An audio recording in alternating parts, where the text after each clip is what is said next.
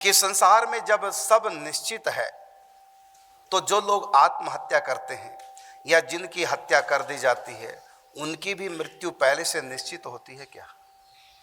महाराज जी के चरणों में प्रणाम। राधे राधे।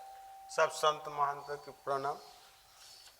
ये प्रश्न है तो जटिल, लेकिन सामान्य रूप से ये कहा जा सकता है जो हमने जो कर्म किया है उसका फल हमको मिलेगा। अगर हमने किसी को इस तरह से मरवाए तो वो हमको आत्महत्या करने में बाध्य करेंगे। ऐसे बहुत से प्रमाण। तो आत्महत्या करना ये कर्म का फल है या हमारा नया कर्म, नया पाप है? ये आत्महत्या की परिस्थिति बन गई है तो हमारे कर्मों का फल है। हाँ। लेकिन आत्महत्या हम करें और एक पाप है, ये एक नया पाप। ये किसी पाप का फल नहीं है बल्कि एक नया पाप है। फल तो ये है कि आत्महत्या करने की ऐसी परिस्थिति बन गई, ये हमारे पाप का फल है। लेकिन हम आत्महत्या करें ना करें उसमें हम स्वतंत्र हैं। हाँ। यदि कर ली तो हमारे लिए एक नया पाप बन गया। ये कर्म का फल ना होकर के एक नया कर्म बन गया। कर्म बन गया, उसमें आत्मा का भी अधिगत। बिल्कुल बिल्कुल ठीक। आपने कहा कि जब सब कुछ निश्चित है तो आत्महत्या भी निश्चित है। तो मैं कहना चाहूंगा आत्महत्या निश्चित नहीं होती।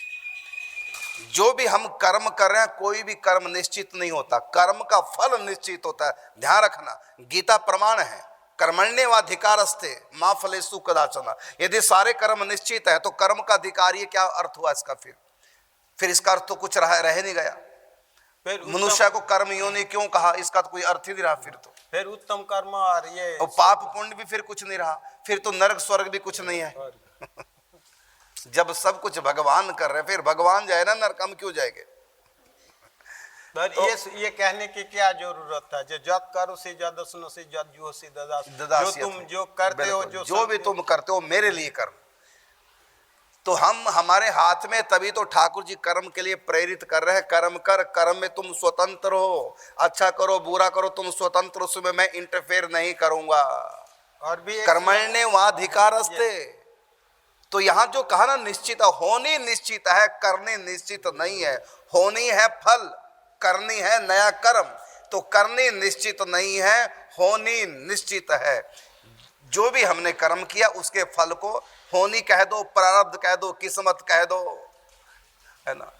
तो एक ही बात है, नियति कह दो, भगवत इच्छा कह दो। ये सारे शब्द एक ही जगह पर जाके पर्यावसान होता है। तो जो किस्मत है अर्थात जो हमारे कर्म का फल है उसको होनी कहते हैं। वो निश्चित है, पहले से तय है।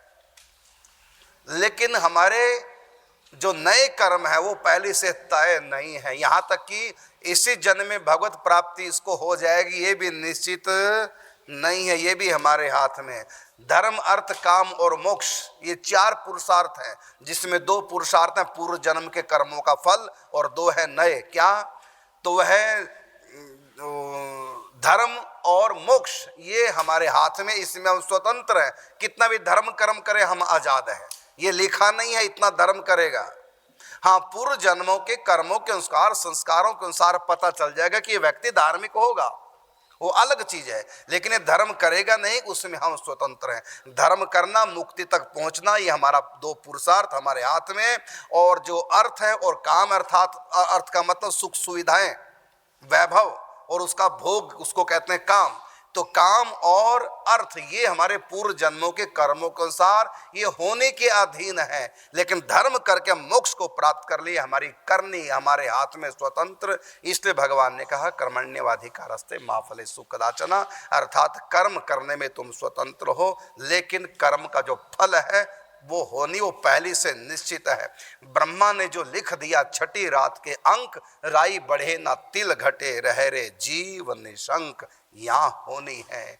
तो जो सुख और दुख है हमारे पूर्व जन्मों के कर्मों के अनुसार वो तो पहले से निश्चित हो चुका है। लेकिन नया कर्म करने में हम स्वतंत्र हैं। केवल मनुष्य, देवता नहीं, जानवर नहीं, केवल मनुष्य कर्म करने में स्वतंत्र है और कोई नहीं। ये आपके प्रश्नों का उत्तर है। तो एक बार फिर आपका प्रश्न दोबारा पढ़ लेते हैं। संसार में जब सब निश्चित है, तो यहां आप गलत लिख रहे हैं, सब निश्चित नहीं है। जो लोग आत्महत्या करते हैं या जिनकी हत्या कर दी जाती है उनकी भी मृत्यु पहले से निश्चित है। कि आत्महत्या निश्चित नहीं होती। हाँ, होने के अधीन हमारी हत्या हो रही है वो निश्चित है, लेकिन आत्महत्या निश्चित नहीं है। फिर भी यदि हमारी हत्या होनी है, ऐसा हमारे भाग्य में लिखा है, हम आराधना के द्वारा भगवान से प्रार्थना करके उसको बदल भी सकते हैं। यहाँ तक कि देवी देवता भी बदल सकते हैं। कैसे करेंगे? इस जन्म में जो कोई हमारी हत्या करेगा, यदि हम देवताओं को खुश कर दे, देवता कर सकता है क्या कि जो आपकी हत्या होगी ना वो अगले जन्म में होगी, इस जन्म में हत्या नहीं होगी। तो हमारी हत्या, हमारा वो पाप अगले जन्म में ट्रांसफर कर सकते हैं। देवताओं के हाथ में मिटा नहीं सकते, हाँ भगवान मिटा सकते हैं। क्षमा करने का अधिकार केवल परमात्मा के पास है, देवताओं के पास नहीं है। तो देवता हमारी आराधना पे प्रसन्न होकर के हमारी मृत्यु टाल सकते हैं, अर्थात अगले जन्म पे डाल देंगे। तो हत्या तो होगी हमारी, इस जन्म में नहीं होगी तो लिखी इस जन्म में थी, लेकिन हमने देव आराधना की है, अनुष्ठान किए है, तो हमारी मृत्यु अगले जन्म के लिए टल जाएगी। अर्थात जो हमारी हत्या होनी थी किसी के द्वारा वो अगले जन्म में होगी, तो दंड तो प्राप्त करना पड़ेगा। तो देवता हमारे कर्म को, फल को आगे पीछे तो कर सकते हैं, मिटा नहीं सकते। लेकिन भाव ही मेट सकहि त्रिपुरारी, अर्थात भगवान चाहें वो क्षमा कर सकते हैं, वो हमारा प्रारब्ध मिटा सकते हैं, बदल भी सकते हैं, मिटा भी सकते हैं। और देवता केवल बदल सकता है, मिटा नहीं सकते। संत भी मिटा सकते हैं भगवान की तरह।